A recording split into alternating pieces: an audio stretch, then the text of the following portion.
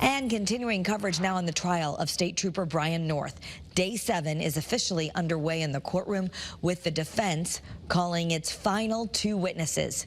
So far, a former police officer who currently teaches at the University of Colorado has testified in this use of force case. Both witnesses previously consulted with the state regarding the case.